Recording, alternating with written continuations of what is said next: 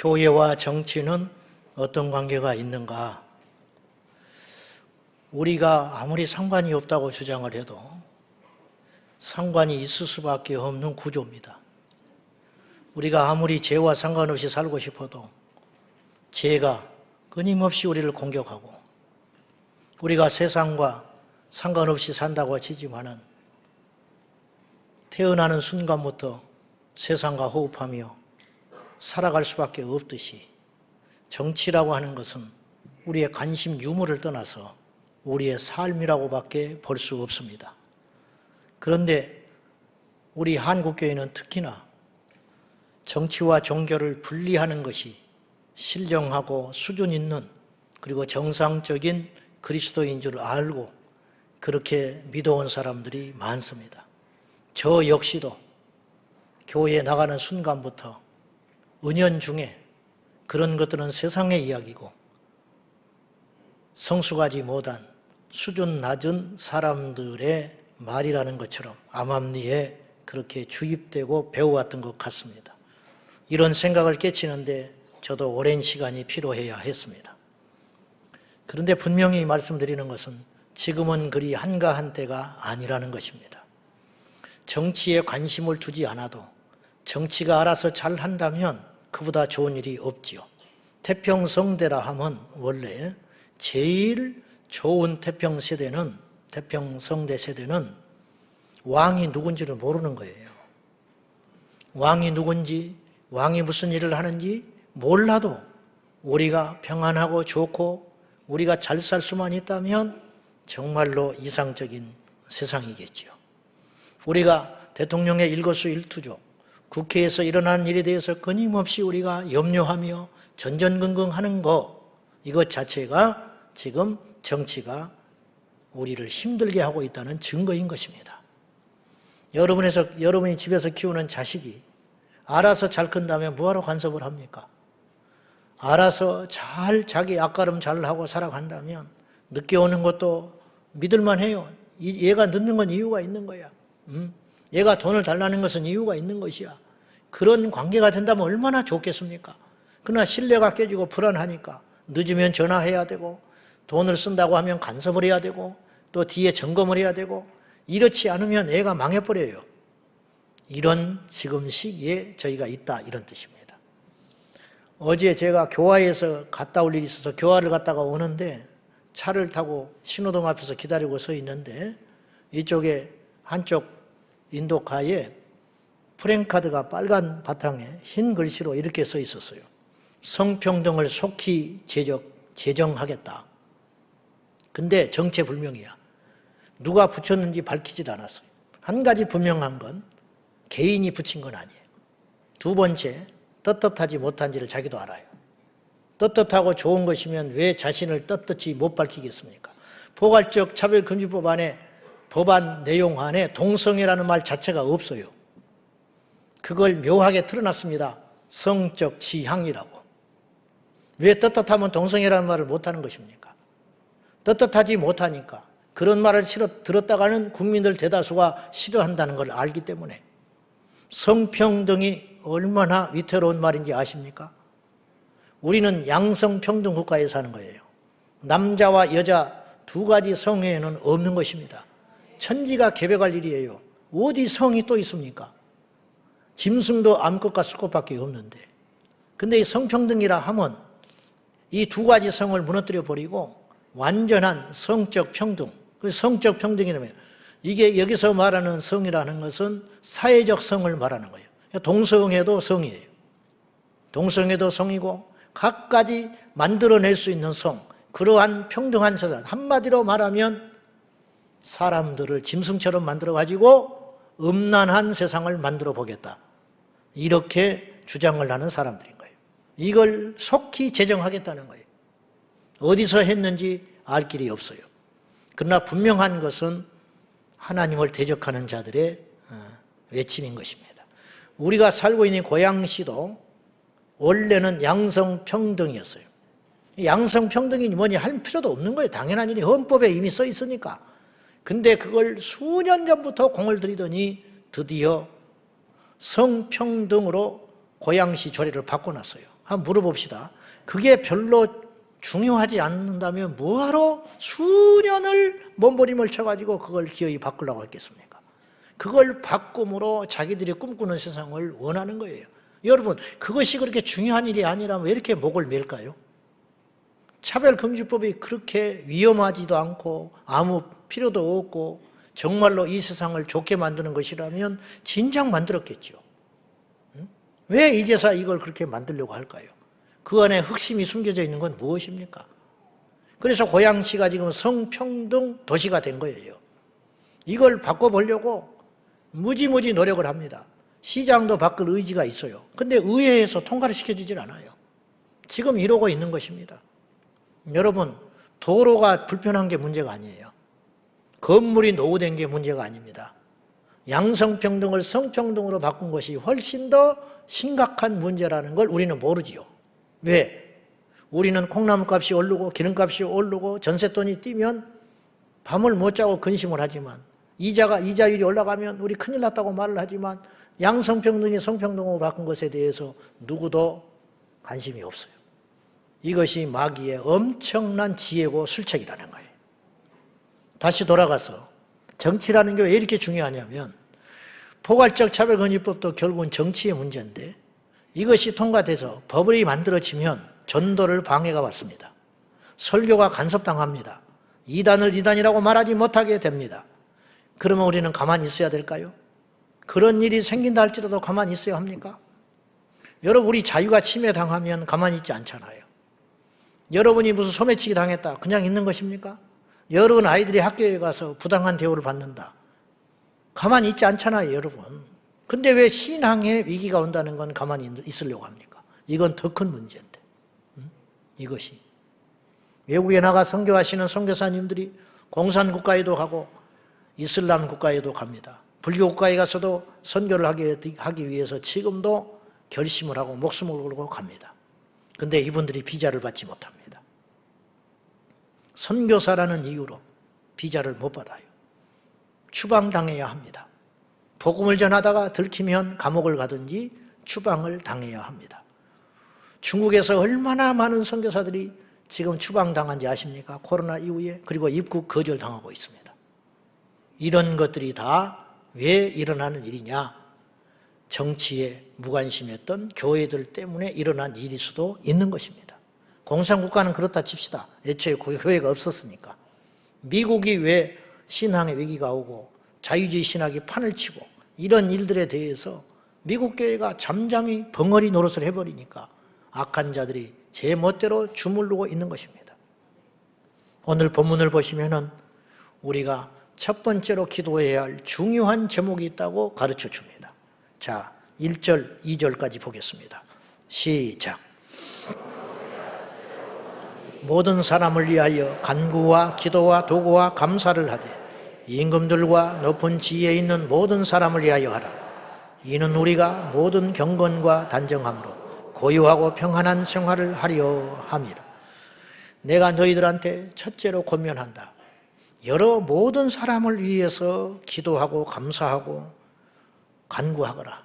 심지어는 김정은을 위해서도 기도해야 돼요. 우리가. 그렇잖아요. 우리와 상관도 없는 나라들을 위해서도 기도해야 된다는 거예요. 기도의 영역에는 한계가 없어요. 근데 그렇게 숱하게 많은 나라를 위해서, 많은 사람을 위해서 어떤 일들에 대해서 기도할 것이 많은데 그런 모든 기도 중에 첫째로 기도해야 할 제목이 있다. 그건 뭐냐? 임금들과 높은 지위에 있는 자들을 위해서 우선적으로 기도하거라.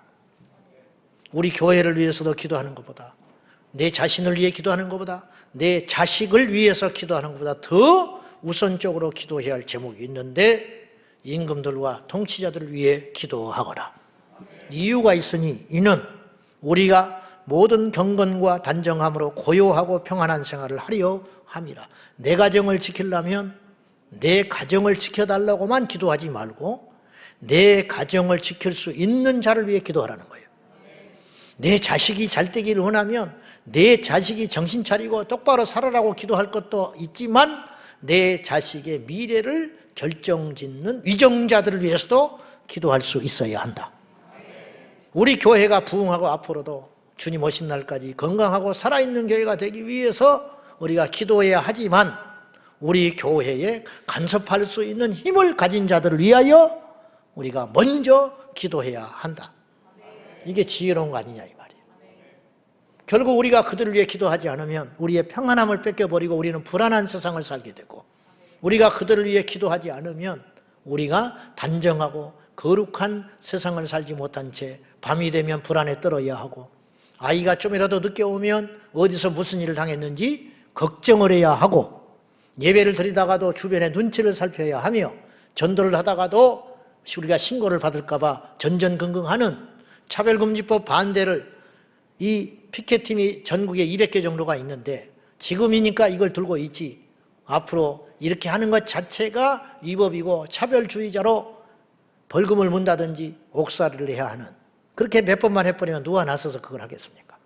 이런 세상이 되지 않기를 위해서 위정자들과 임금들과 통치자들을 위해서 기도해야 한다. 그렇게. 그래서 궁극적으로 그런 기도를 통하여 4절에 하나님이 이루시고 난 일이 있는데, 모든 사람이 구원을 받으며 진리를 알기 위해서는 우리가 이런 악한 세상이 일어나지 아니하도록 첫째로 기도해라, 이렇게 말하는 거예요. 그러니까 전도하기 위해서 그 기도해야 돼요. 복음이 증거되기 위해서 그 기도를 하라는 거예요. 선교사님들이 복음의 선교를 열심히 하기 위해서, 기도하기 위해서, 그 나라의 정치를 위해서 우리는 기도하는 길밖에 없다라는 거예요. 이것이 결코 다른 이야기들이 아니라는 거예요. 저는 여기서 기도하라는 말을 확대시켜서, 기도라는 것은 세 가지 방면이 있지 않습니까? 구하는 것, 그리고 찾는 것, 그리고 두드리는 것. 그러니까 이게 다 포함되고 있는 거예요. 위정자들을 위해서 기도해라, 위정자들에게 전화해라, 임금들을 위해 기도해라, 임금들에게 바른 정치를 할 수 있도록 서명운동을 하거라, 온라인에 참여시켜라, 국회 앞에 가서도 이야기를 해라. 저는 이렇게 해석을 하고 싶어요. 우리가 그들을 위해 기도하지 않으면 이 세상은 점점 나쁜 자들이 득세하는 세상이 되고, 그들이 권력을 잡게 되면 법들을 만들게 되고, 그들이 정해놓은 룰에 따라서 선량하고 평안한 삶을 살고 싶어하는 사람들이, 평범한 국민들이 엄청난 고난을 당하게 된다는 것이에요. 세상은 더 이상 거룩해지지 않으며 궁극적으로 하나님을 모르게 되고 구원을 받지 못하며 진리를 들을 수 없는 세상이 된다는 것이죠. 지금은 찾아서 들을 수 있는 세상이에요. 내가 원하면. 그래서 우리 교회 새신자들이 오는데 우리 교회를 미리 알아보고 왔다. 근데 이것 자체가 원천으로 봉쇄되면 어떻게 할 것입니까?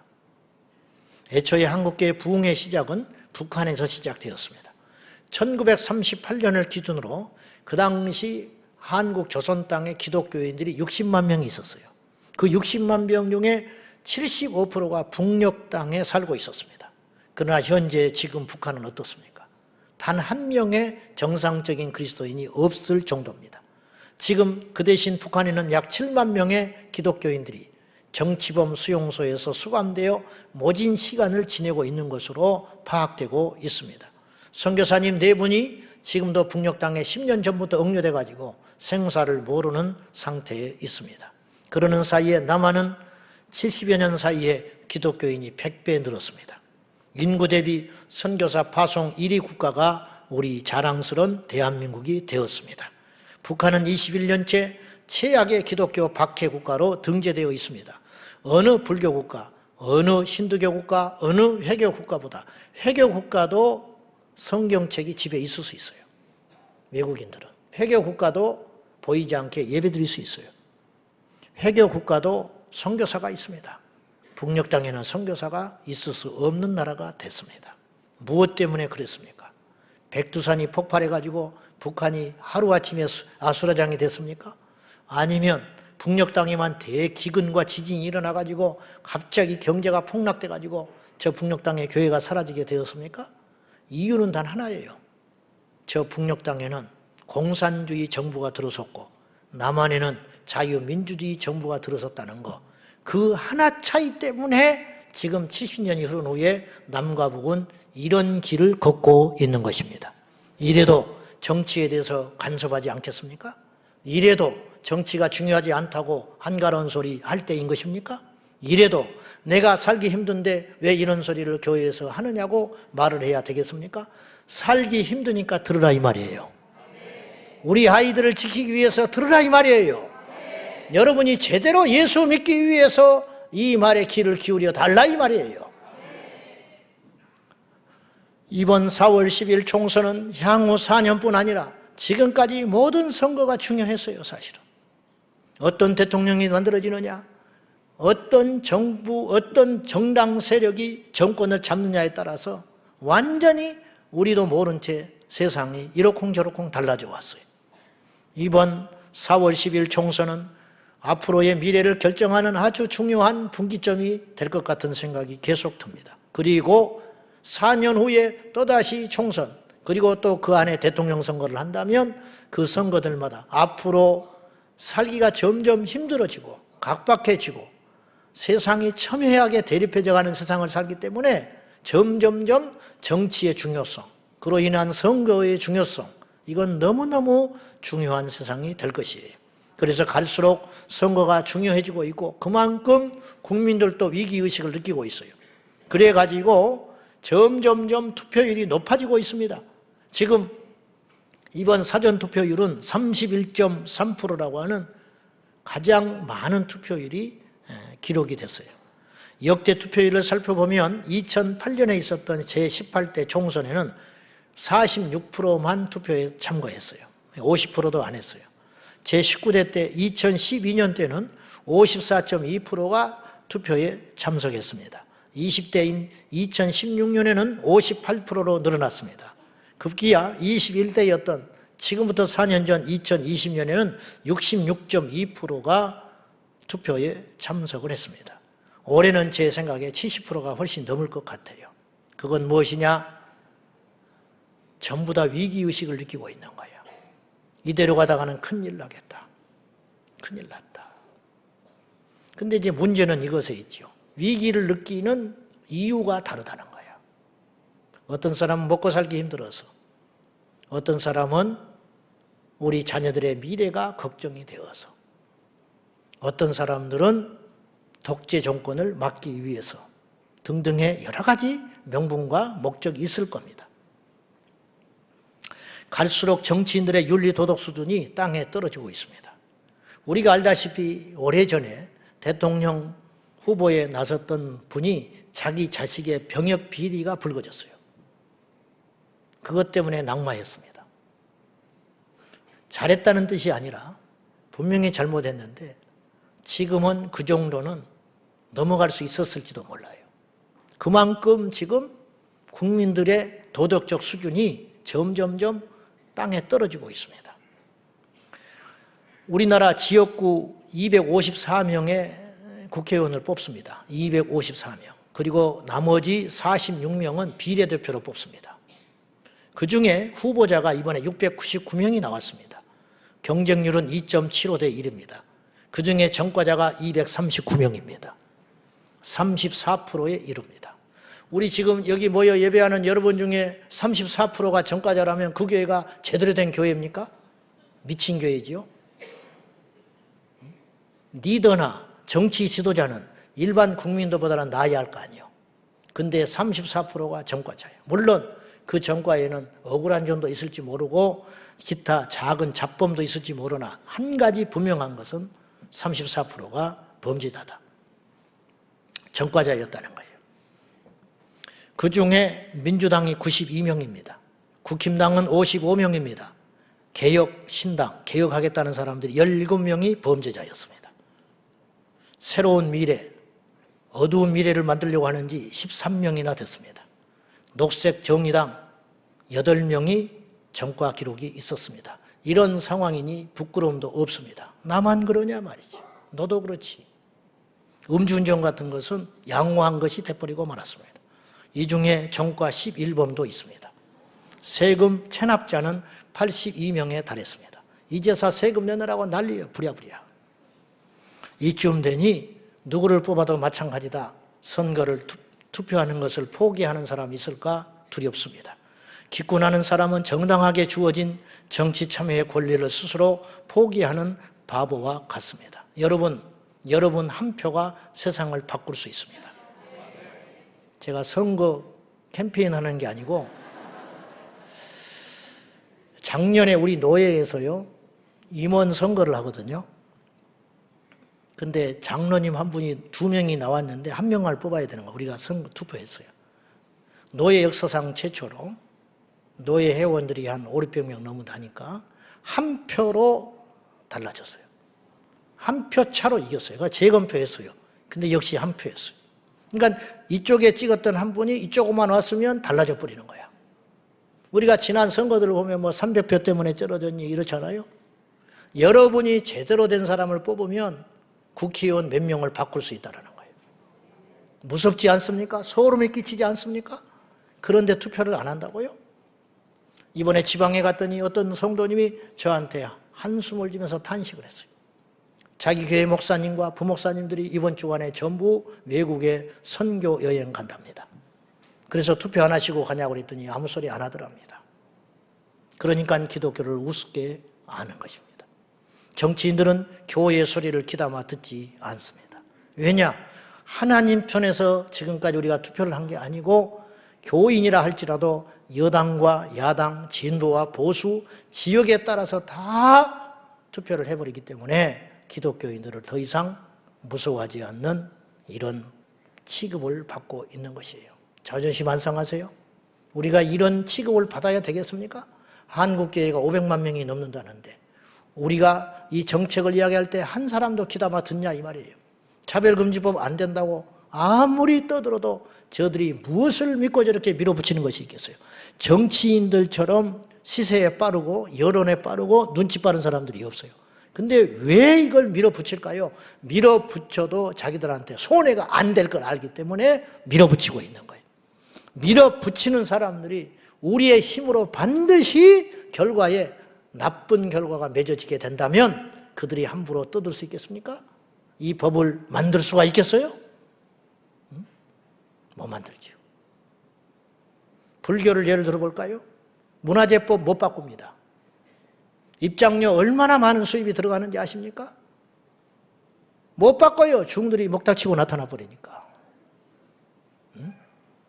똘똘 뭉쳐버리거든.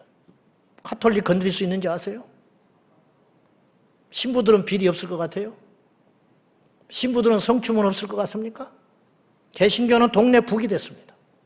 숫자가 제일 많이 모이 뭐예요? 이제 추락해요. 이런 세상을 우리가 막아야 한다는 거예요. 우리 자녀들은 어디서 예배 드립니까? 우리 자녀들은 어디 가서 성경 공부합니까? 어디서 진리를 듣냐 이 말이에요. 하나님의 뜻은 모든 사람이 구원을 받으며 진리를 아는 것이 당신의 소원인데 이걸 못하게 만드는 세상이 되면 어떻게 하겠냐는 거죠. 우리가 그래놓고도 하나님 앞에 가서 무슨 말을 하려고 합니까? 무슨 말을? 문제는 바른 선거, 제대로 된 사람에게 투표해야 한다는 숙제가 남아있는 것이에요. 목사님, 투표가 중요한 것도 알지만 주일날 강단에서 영적인 이야기, 신령한 이야기를 해야지 투표 이야기를 왜 하십니까? 여러분, 우리나라 6만 개 교회입니다. 오늘 그럼 무슨 선교를 할까요? 무슨 설교를 제가 해야 됩니까? 서로 사랑하라고? 백날 그래봤자 사랑하지도 않아. 이 시점에 교회가 무엇을 설교하냐고요, 그러면. 안 하는 것도 이상한 거 아니요? 응? 선거를 앞두고 우리 기독교인이 어떤 안목을 가지고 어떤 사람에게 투표해야 된다고 말을 해줘야 되는 거 아니에요? 안 하는 게 이상하지요. 우리나라 전국의 6만 개 교회가 이렇게 해서 깨울 수 있다면 국회의원들이 함부로 하겠어요? 성도의 수준이 못 받쳐주니까 들을 만한 준비가 안 돼 있기 때문에 외치지를 못하는 것이고 설교자도 그 수준이 안 되니까 듣고 싶어도 말을 못하는 이런 악순환이 계속 반복돼 가는 거예요. 그래서 점점 추락해 가는 거죠. 짓밟히고 있는 거죠. 바보 취급 당하는 것이죠. 여러분, 우리가 낮은 자리에 가서 섬기는 것과 우리가 짓밟히는 건 다른 문제예요. 이해되십니까? 무슨 말이지?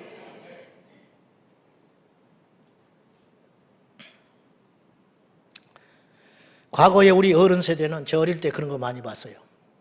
막걸리 대접받고 표를 바꿔버리는 사람 봤습니다. 고무신 한 컬레 받고 나 하나쯤 저 사람 찍어도 괜찮다고 돈 봉투 받고 바꿔주는 사람도 숱하게 봤습니다. 지역에 도로 닦아준다고 표를 주는 사례가 숱하게 있었습니다. 지금은 그런 종류는 아니지만 비슷한 양상이 일어나고 있어요. 여전히 일어나고 있어요. 같은 고향이라고 찍어줍니다. 아는 사람이라고 찍어줍니다. 우리 동네에 길 닦아준다고 찍어줍니다. 우리 지역 노후된 아파트 재건축해 준다고 찍어줍니다. 다 속고 있는 것입니다. 사람을 잘 분별해 봅시다. 제가 숙제 내줬죠. 여러분 지역구 어디죠? 아세요? 이제 안내해 왔으니까 알겠지. 학교 다닐 때도 숙제를 안 하더니만 지금까지 안 하는구만. 후보들이 누군지는 아십니까? 자, 지역구 알고 후보를 알아야 된다. 누가 나왔더라. 이제 그 정도만 알아서는 안 돼요. 더 깊이 알아야 돼요. 나온 후보들이 과거에 어떤 인생의 궤적이 있었는지. 처음 나온 사람들은 과연 이 사람이 어떤 칼날을 가지고 누구 밑에서 정치를 배웠고 어떤 정치 노선에 따라서 이번에 누구의 추천을 받아가지고 이렇게 공천을 받게 됐는가 그걸 봐야 할 것이고 재선, 3선, 5선 한 사람들은 과거에 이토록 오랫동안 국회의원을 했다는데 그동안 해놓은 일이 뭔지 그동안 지난 국회 21대에서 어떤 법들을 발의했으며 과연 얼마나 성실하게 의정활동을 했는지 그걸 살펴볼 책임이 우리한테 있다 이 말이에요. 무턱대고 빨간색이니까 파란색이니까 그렇게 찍어주는 것은 바보 천치나 하는 짓이다 이런 뜻이에요. 사람을 잘 분별해 보자고 했습니다. 당을 보기 전에 그 인물을 봐라. 예전에 우리 이런 영화가 있었어요. 나쁜 놈, 좋은 놈, 이상한 놈. 놈. 송강호, 이병헌 이런 사람이 나왔어요. 그 이제 옛날에 있었던 오래된 서부 영화를 리메이크한 영화도만요. 저는 이걸 빗대어 이렇게 말하고 싶어요. 지금 국회의원 하겠다고 나온 사람들 중에 나쁜 후보가 있어요. 이상한 후보도 있어요. 무능한 후보도 있어요. 좋은 후보도 있죠. 깨끗하고 좋은 후보도 있겠지. 위험한 후보도 있죠. 깨어있는 후보도 있어요.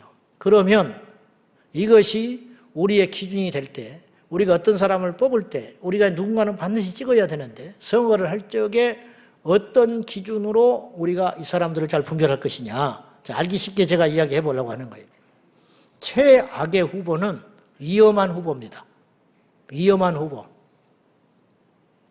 예를 들면 내 집이 있는데 이 위험한 후보라는 사람은 이런 사람들이에요. 내 집을 홀라당 불태워서 죄로 만들어버린 사람이에요. 이 나라를 홀랑 불태워버린 사람. 이 사람은 절대 찍어주면 안 된다는 거예요. 나라를 팔아먹어버린 사람. 나라를 망하게 해버린 사람. 그 다음 두 번째로 어떤 후보냐? 나쁜 후보. 위험한 후보가 나쁜 후보보다 더 질이 나쁜 거예요. 우리 집을 맡겨놨더니 불은 안 태웠어. 근데 돈 받고 다른 사람한테 팔아 넘겨버린 나쁜 놈 사기꾼이지. 그러면 힘들지만 다시 돈 벌어서 그 집을 사면 다시 찾을 수는 있어요. 불태워버린 것보다는 낫지만 이것도 나쁜 놈이죠. 그 다음에 어떤 후보냐? 무능한 후보. 내 집을 맡겨놨더니 지키지를 못해 제대로.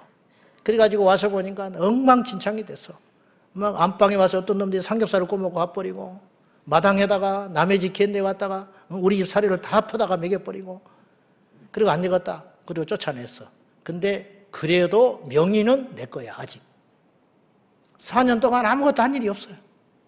그냥 외국이나 돌아다니고 세비나 갖다 쓰고 무책임하게 회의할 때 나타나지도 않고 그것도 안 되지만 그래도 나쁜 후보보다는 나아. 무능한 놈이. 슬픈 이야기지요. 그 다음에 깨끗한 후보. 청렴결백하고 양심 있는 후보. 어떤 후보냐? 우리 집을 맡겨놨더니 자기처럼 잘 관리를 했어. 좋지요. 근데 우리가 조금 더 욕심을 내보자는 거예요. 우리가 주목해야 할 후보는 어떤 후보냐? 깨어있는 후보. 무슨 말입니까? 집을 맡겨놨더니 성실하게 지킬 뿐만 아니라 연구를 계속 거듭거듭 해보니 지금은 이 집이 괜찮지만 앞으로 10년 후에는 이 집이 노후된다. 지금은 이 집이 안전하지만 다른 동네, 이 동네 저 집, 이 사람도 도둑 들었다고 하니 우리 집도 그런 날이 올 수 있다. 그러니까 울타리를 쳐야겠다. 창조적으로 자기 집도 아니지만 나는 4년 국회의원하고 말겠지만 앞으로 우리 자식들을 지켜야겠다. 10년, 20년, 30년 후에 이 나라의 장래를 생각하며 내가 어떤 법을 막든지 내가 만들든지 해야겠다. 그런 깨어있는 후보. 있을지는 모르겠어. 이상적으로 그런 사람만 있을 수 있다면, 이 나라가 그런 사람을 한 사람만 국회에 보낼 수 있다면. 그래서 제가 교회 밴드에 글을 올려놨습니다.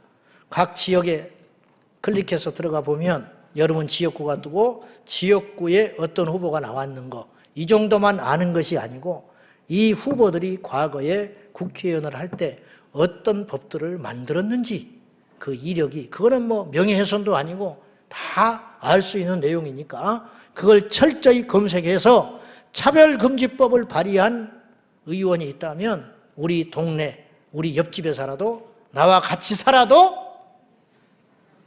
찍어줘서는 안 된다. 그런 사람이 없으니까 지금 아멘 하는 거야. 이게 중요한 이야기입니다, 여러분. 그래서 분별을 잘 해라, 이런 뜻이에요. 반기독교적, 반성경적 후보는 우리 집에 같이 살아도 찍어주지 말라는 거예요. 우리는 우리를 위해 투표하지 말고 우리 지역을 위해만 투표하지 말고 우리 지역 상권을 위해서, 우리 자식 학권을 위해서 투표하지 말고 그리스도를 위해 투표하라. 그리스도의 복음을 위해 투표하고 이 나라의 장래를 위해서 투표하라는 거죠. 그리스도를 위해 투표하라는 말은 곧 어떤 말이냐? 주보 안쪽에 보시면은 셀리더 모임에 이번 주에 나누게 될 터인데 이런 기준으로 좀 해보라 이 말이죠. 우리는 여야, 진보, 보수가 아닌 그리스도를 위해서 투표해야 합니다. 다음의 기준으로 그 후보자들을 분별해 봅시다. 첫째, 예배의 자유와 종교에 대한 국가 공권력의 부당한 간섭에서 교회와 신앙을 지킬 수 있는 진짜 그리스도인을 뽑아달라. 두 번째, 양심의 자유와 집회의 자유와 표현의 자유, 신앙과 설교의 자유를 억압하는 사람들과 싸울 수 있는 사람을 뽑으라. 낙태를 장려하거나 낙태 시술 비용을 지원하는 위험한 사람은 절대로 뽑아줘서는 안 된다. 목사님, 그런 사람이 있을까요? 있습니다. 생활동반자법이니 가족 모작 보건법이니 등등을 통해 가지고 낙태를 자유롭게 만들고 그 낙태할 때 비용이 많이 들기 때문에 나라의 세금으로 지원해 주자고 하는 법들을 만들어낸 사람들이 있었습니다. 성경적인 남녀의 성별 구분을 정확히 지지하며 동성애 차별금지법, 동성결혼 정책을 맞서 싸울 수 있는 사람이 있는가? 제가 하룻밤 잠을 못 잔 적이 있었습니다. 유일하게 300명 중에 자기의 목을 내놓고 포괄적 차별금지법을 맡고 있는 장로님이 계셨습니다. 조선 장로님. 이번에 공천을 못 받아버리고 말았습니다. 그 지역에 있는 사람들은 50% 이상을 이분을 지지했는데 당권이 당에서 개입을 시켜가지고 강제로 이 사람을 떨어뜨려버리고 공천을 주지 않았습니다. 가슴 아픈 일이죠. 여러분, 공천권을 당에서 쥐고 있으니까 거기에 줄대기를 하고 애초에부터 말 듣지 아니하면 국민들의 눈치를 살피는 것이 아니라 유권자의 눈치를 살피는 것이 아니라 당의 눈치를 보고 있다가 공천만 받으려고 혈안이 되어 있는 이 정치 구조가 너무도 개탄스럽고 문제가 있는 것 아닙니까? 우리가 주인인데 우리 손으로 뽑아야 할 사람을 우리가 애초에부터 후보를 못 정한다는 것이 얼마나 모순된 일입니까? 다섯 번째, 이혼, 불륜, 간음을 은근히 장려하는 사람인가? 아니면 결혼의 신성함을 부호할 수 있는 사람인가? 결국은 간통죄가 폐지되지 않았습니까? 부부의 자녀 출산과 양육을 장려하는가? 자녀 교육에 대한 부모 역할을 확대할 수 있는 아비의 마음을 가졌는지. 일곱 번째, 경제적으로 개인과 기업의 사회재산을 보장하는가? 아니면 과도한 복지와 지원정책 포퓰리즘으로 개인의 근로의욕을 떨어뜨리는 공산주의 경제 신봉자는 아닌가? 자기들이 그렇다고는 말 안 하죠. 내가 공산주의 경제 신봉자입니다. 그렇게 말하지 않지. 그러나 속에는 있는 사람들이 있어요. 그래서 막 퍼주는 거예요. 전 국민들한테 돈을 주겠다. 나는 묻고 싶어요. 그 돈이 어디서 나왔냐? 당신 주머니에서 나왔으면 나부터 받는다. 응? 한국은행에서 돈 찍어내가지고 준다는 거 아니에요. 그럼 물가 올라가면 누가 책임질 건데. 지금 코로나를 겪으면서 물가가 올라가 버린 거 아니에요. 돈을 막 퍼줬으니까. 그놈의 길은 왜 그렇게 닦아대는지 모르겠어. 인구도 줄어든다는데 그놈의 지하철은 왜 그렇게 뚫질 못해서 안다는지 나는 이해가 안 가. 전부 두더지만 만들려고 하는 것인지. 응? 이제 그쯤이면 그만해도 돼요. 응? 10분 더 가면 되잖아. 좀 돌아가면 되잖아. 응? 그것이 중요한 게 아니잖아. 뭐가 그렇게 중요하다고. 그냥 눈에 보이는 거. 응? 관청은 수백억짜리씩 지어가지고 응? 냉난방은 팡팡 떼대고 나라 세금 다 축대버리고 그래놓고 물러나면 끝이에요. 지방자치단체 장 끝나면 몰라. 자기가 일 저질러 놓고 그나가 안 되면 그만이야. 책임을 묻지를 못해. 돈이 곳곳에서 새고 있습니다. 응? 돈이 곳곳에서. 저는 경제는 잘 모르지만 살림은 똑같다고 봐요. 내가 교회를 살림살이 하는 거나 우리 집을 살림살이 하는 거나 국가를 살림살이 하는 거나 똑같은 거야. 뭐냐? 돈 벌지 않으면 거지 되는 거야. 그건 두말할 필요도 없는 것이에요. 여러분 자녀들한테 매일 용돈 하루에 돈 100만 원씩 줘봐. 좋지. 막 넘버원 우리 아빠 최고. 대학 들어갔다고 한 5천만 원짜리 차 뽑아줘봐요. 좋다고 그러지. 막 신났지. 막. 응? 최고라고. 그 집은 어떻게 되겠어?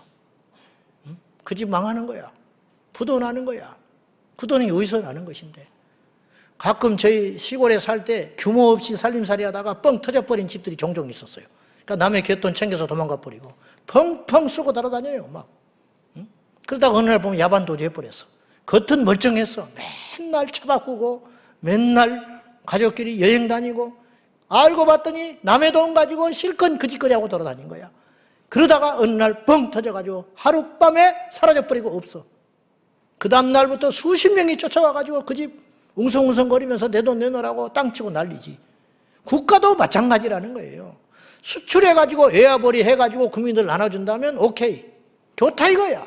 근데 한국은행에서 돈 찍어서 나눠주면 우리 자녀들은 그 빚더미에 앉아서 뭘 하겠냐는 거예요.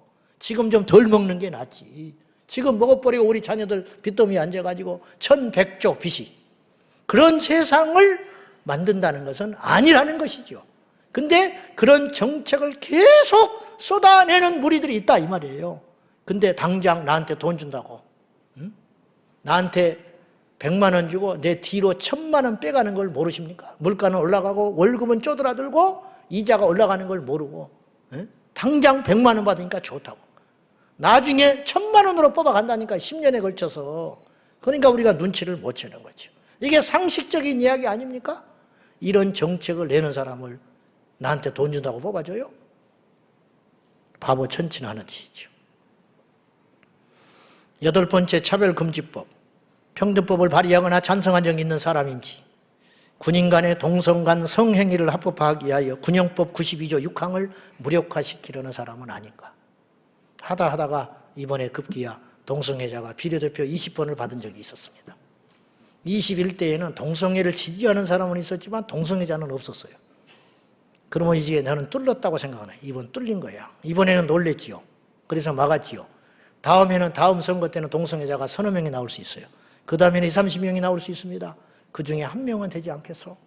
그러면 4년 내에 뭐 하겠습니까? 차별금지법 이를 갈고 통과시키려고 할 거 아니에요. 여러분 신천지가 국회의원 됐다고 생각해봐. 끔찍하지 않아요? 4년 동안 뭐 하겠습니까? 신천지만 위해서 일하는 거예요. 외국이 이민자를 대표로 뽑아가지고 국회의원 만들어놨어요. 4년 동안 뭐 한지 아세요? 이민법만 계속 만든 거예요. 응? 왜 그런 바보 같은 짓을 하냐 이 말이에요. 제가 편견주의자가 아니잖아요. 차별주의자가 아니잖아요. 상식적인 이야기를 하고 있는 것 아니겠습니까? 그러니까 좋은 사람을 보내야, 깨어있는 사람을 보내야 나라가 제대로 작동할 거 아닙니까? 이건 상식적인 일 아닙니까? 정치가 이렇게 중요하다는 거예요. 9번째 양성평등. 남녀 간의 평등이 아닌 수십 가지 성이 존재하며 여기에는 동성애, 성전환 등도 포함된다는 양성평등주의자가 아닌 성평등을 주장하는 우리의 자녀들을 죽이려는 자들은 아닌지. 우리가요 10분만 노력하면 다 할 수 있어요. 왜인데 이걸 안 하고 있다가 무턱대고 찍거나 기권했다가 나라가 엉망으로 돼가는 것을 나중에 발등 찍고 후회하려고 하느냐, 이런 뜻이에요. 정당별로 악법, 여기서 악법이라는 것은 반기독교적, 반상식적, 반국가적인 법률안들을 발의한 의원의 비율입니다. 더불어민주당 20대 때 더불어민주당이 약 130~140명 됐을 거예요. 그 중에 109명이 악법 발의에 참여해가지고 85%가 참여했어요. 21대 이번 국회에는 약 180 몇 명 됐죠. 그 중에 178명이 무려 악법 발의에 동참하거나 발의를 했어요. 그래서 98% 참여했어요. 더불어민주당은. 국힘당은 어떠냐? 20대 때는 25명, 그러니까 약 105명 정도 당선이 됐었나 봐요. 25명이 참여해가지고 자당의 23%가 악법에 참여했습니다. 21대에는 45명이 악법 발의나 거기에 동참을 해줬습니다. 그래가지고 120명 되는 국회의원 중에 42%가 악법에 동참했어요. 누구를 믿습니까? 하나님밖에 못 믿는 거예요. 정의당은 20대 6명이 진출했는데 100% 6명이 악법 발의에 동참했습니다. 21대 역시 6명 들어가가지고 6명이 4년 내내 하는 짓이 뭐였냐? 악법 발의하는데 4년 동안 다 써버렸습니다. 우리가 낸 세금 가지고. 그래서 100% 참여했습니다. 제 말이 좀 심하지요? 그러나 이건 다 이미 오픈되어 있는 내용이에요. 명예훼손 될 것도 없어. 다 알 수 있는 내용들이에요. 저는 이 자료를 어디서 구했겠습니까? 우리가 조금만 관심을 가지면 다 알 수 있어요. 아직 시간이 있습니다. 며칠간 잘 살펴서 공부하고 반성경적인 사상을 가진 사람, 장래 위협이 될 만한 법을 만들 수 있는 사람을 철저히 걸러내고 주변에 알려서 현재와 미래를 위해 그리고 그리스도 예수를 위해 바른 투표를 하는 깨어있는 저와 여러분이 되어야 하겠습니다. 이 땅에 좋은 교회가 제법 많습니다. 좋은 교회. 그리고 영적인, 소위 말하는 영적인 교회가 또 조금 있을 수 있습니다. 깨어있는 교회는 얼마나 있다고 생각하십니까? 저희 교회가 깨어있다는 말이 절대 아닙니다. 좋은 교회보다 더 어려운 건 영적인 교회 되는 것입니다. 영적인 교회보다 더 한 걸음 조금 더 깊이 들어가서 깨어있는 교회가 된다는 건 외롭고 힘든 일입니다. 지난 금요일 날 우리 성도들이 모여서 연합 철야기도회를 하자고 그러는데 저희 보고 2,000명을 데리고 나오라는 거예요. 그래서 우리 교회에 어떻게 애들까지 하면 2,000명은 나가볼 수 있겠다. 그리고 방송으로 광고를 부지런히 하면 500~600명이 더 나올 수 있으려나. 그러면 다른 데서 동원하고 어쩌고 하면 잘해야 3,500명이나 될까 내심 걱정했어요. 근데 그날 6,000명이 모였습니다. 6,000명이. 그만큼 겁을 내는 거예요. 그만큼 지금 위기의식을 느끼고 있는 거예요. 마치고 5시에 나오는데 가 쪽으로 조용히 나오려고 하는데 어떤 사람이 찾아왔어요. 저는 광주에서 왔습니다, 목사님. 저는 제주에서 왔습니다.